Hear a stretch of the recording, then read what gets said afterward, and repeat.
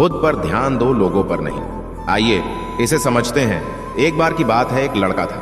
उसका नाम सबल था, जो नगर में रहता था। वह अपने जीवन से बहुत निराश था। उनकी निराशा का कारण यह था कि वह अब तक अपने जीवन में कुछ नहीं कर रहा था। उसके माता पिता उसे ताने मारते थे कि आपके सभी मित्र कुछ न कुछ कर रहे हैं, लेकिन आप अभी भी घर बैठे हैं। दोस्तों के बीच भी अक्सर उनका मजाक उड़ाया जाता था।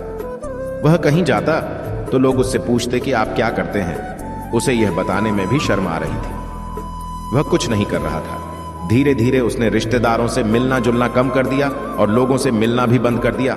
वह ज्यादातर समय घर पर ही रहता है। वह अकेला रहता है और अपनी किस्मत को दोष देता है। एक दिन वह अपने नगर की एक गली से गुजर रहा था। तभी उसने देखा कि एक उपदेशक दुख और परेशानियों पर उपदेश दे रहा है। वह भी उसी भीड़ में सबसे पीछे बैठ गया और गुरु के प्रवचन सुनने लगा। उपदेशक कह रहा था, दुख एक शिक्षक की तरह है जो हमें जीवन की सच्चाई दिखाता है और हमें जीने का सही तरीका सिखाता है। आप चाहें तो जिंदगी जीना भी सीख सकते हैं। गुरुजी उपदेश दे रहे थे कि तुम चाहो तो कुछ भी हासिल कर सकते हो और अगर चाहो तो एक कोने में बैठकर भी रह सकते हो। इन सभी बातों को सबल ध्यान से सुन रहा था, लेकिन शिक्षक की यह बातें पसंद नहीं आई। उसने खड़े होकर कहा कि कुछ भी सिखाने से दुख दूर नहीं होता। उपदेशक ने कहा, फिर तुम्हारा दुख क्या है? सबल ने उसके सामने अपनी सारी व्यथा सुनाई और पूछा, मेरे दुख का कोई उपाय है तुम्हारे पास? यह सुनकर शिक्षक मुस्कुराए और बोले, तुम उस दिन मेरे पास आओ जब आपके जीवन में वास्तविक दर्द हो। मैं आपकी समस्या का समाधान अवश्य करूंगा।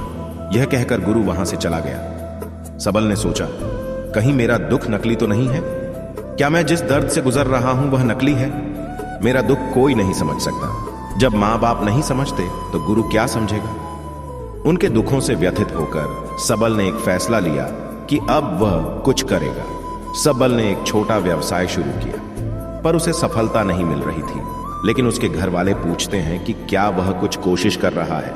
वह अपने व्यवसाय में लगा रहा और धीरे धीरे उन्हें सफलता मिलने लगी। फिर उसने गति पकड़ी और केवल 3 साल के अंदर ही वह एक बड़ा बिजनेसमैन बन गया। अब सबल के आसपास ऐसे कई लोग थे जो उसकी परवाह करता था, जो उससे प्यार करता था।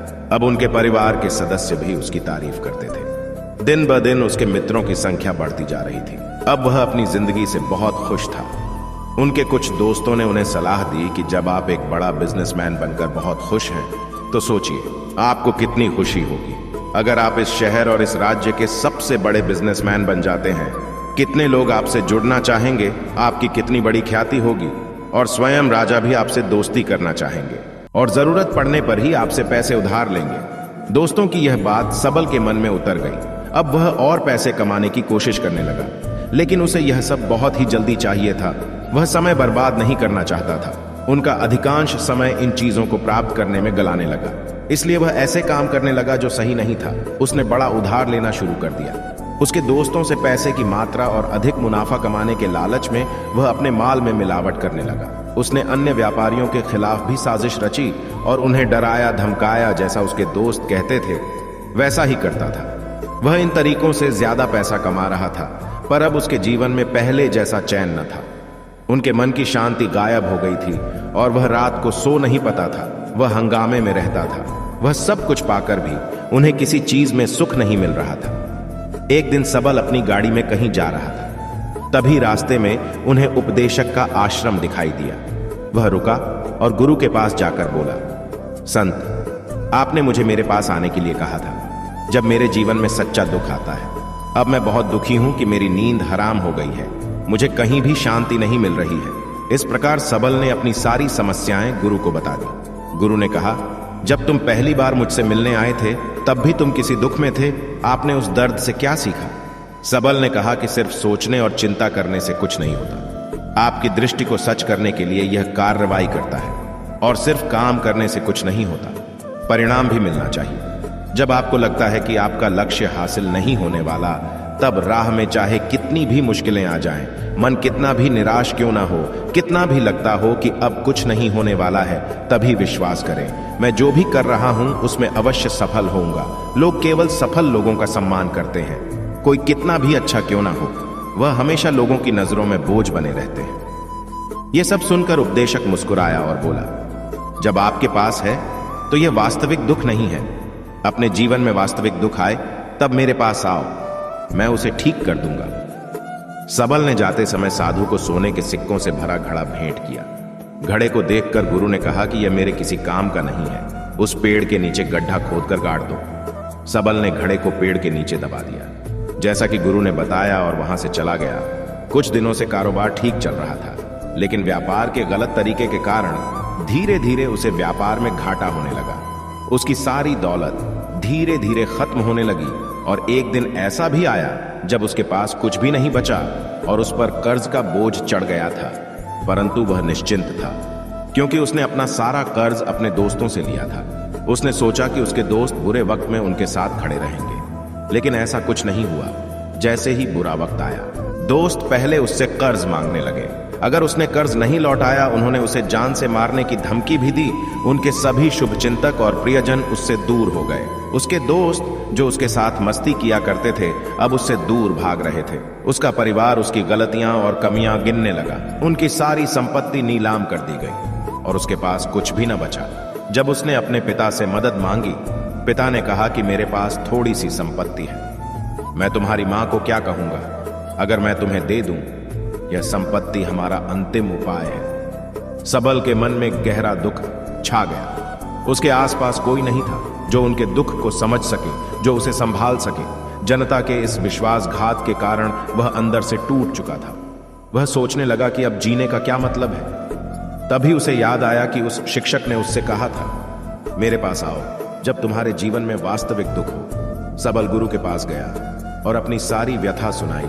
आंखों में आंसू लिए उसने कहा, हे गुरु जी, मेरे दुख का निवारण कीजिए। गुरु ने कहा, जब जीवन में असली दुख होता है तब मेरे पास आ जाना, मैं इसे जरूर ठीक करूंगा। सबल ने कहा कि ये क्या हो रहा है, मेरी जिंदगी में अभी दुख नहीं है, तो आखिर असली दुख क्या है? गुरु जी ने सबसे कहा कि पहले आप मुझे बताओ, आपने अपने दुख से क्या सीखा? सबल ने कहा कि मैंने वह सीखा, जो लोग हमारे जीवन में आते हैं वह हमारी सफलता और प्रगति के कारण वो हमें धोखा जरूर देंगे, क्योंकि बुरे समय में वे हमारे साथ नहीं खड़े होंगे। वे अच्छे समय में ही हमारा फायदा उठाएंगे और बुरे समय में हमें छोड़ देंगे। उन लोगों पर ही भरोसा करें जो हमारे बुरे समय में हमारे साथ खड़े रहते हैं, लेकिन ऐसे लोग बहुत कम होते हैं। लेकिन जिनके पास है, उन्हें उनकी सराहना करनी चाहिए, उनका अपमान नहीं करना चाहिए। मैंने कभी भी किसी के खिलाफ साजिश नहीं रखना चाहिए। अपना काम ईमानदारी और धैर्य से करें और कभी लालची मत बनो। अपने सारे दुख दर्द और अनुभव बयां करने के बाद सबल गुरुजी के सामने आंखों में आंसू लिए बैठ गया। कुछ देर बाद साधु उठे और पेड़ के नीचे एक गड्ढा खोदा और घड़ा निकाल लिया जो सोने के सिक्कों से भरा हुआ था। उसने सबल को देकर कहा, मेरे पास आओ जब तुम्हारे जीवन में वास्तविक दुख हो। सबल ने अपने शिक्षक को धन्यवाद दिया और उसे प्रणाम करके चला गया। उस पैसे से उन्होंने एक छोटा सा व्यवसाय शुरू किया। अब वह छोटा व्यापारी बनकर भी खुश हैं। उन्होंने पूरी लगन और ईमानदारी से कारोबार किया। जल्द ही वह अपने शहर का एक बड़ा व्यापारी बन गया। उनका जीवन सुख सुविधाओं से भरा हुआ था। लेकिन कोई कितना भी अच्छा क्यों ना हो, लेकिन जीवन में दुख आता है। कुछ दिन बाद वह फिर से गुरुजी के पास पहुंचा और बोला, हे स्वामी, मैं बहुत दुखी हूं, क्योंकि मैं यह नहीं जान पा रहा हूं कि मैं क्या हूं। यह सुनकर गुरुजी मुस्कुराए और बोले, आज आपके जीवन में पहली बार सच्चा दुख उत्पन्न हो गया है। यह वास्तव में दुख कहलाने के लायक है। हम नहीं जानते कि हम क्या है। सबल ने अपने गुरु से कहा कि उसकी दुर्दशा दूर करो। गुरु ने कहा कि हम सभी इंसान हैं। अब से मैं खुद को समेटने, खुद को तराशने की कोशिश करूंगा। गुरुजी ने कहा कि मानव शरीर में बहुत ऊर्जा और शक्ति है, लेकिन यह फालतू के कामों में बंटा हुआ है, बेकार की बातों में लगा हुआ है। यह एक बहुत ही शक्तिशाली मशीन की तरह है।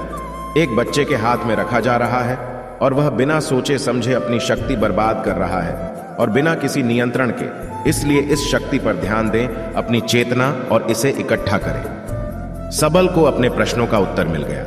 उसने अपने गुरु का शुक्रिया अदा किया और चुपचाप चला गया। दोस्तों, उम्मीद है आपको यह कहानी पसंद आई होगी। अगर आपको यह कहानी पसंद आई हो तो अपने दोस्तों और परिवार के साथ जरूर शेयर करें।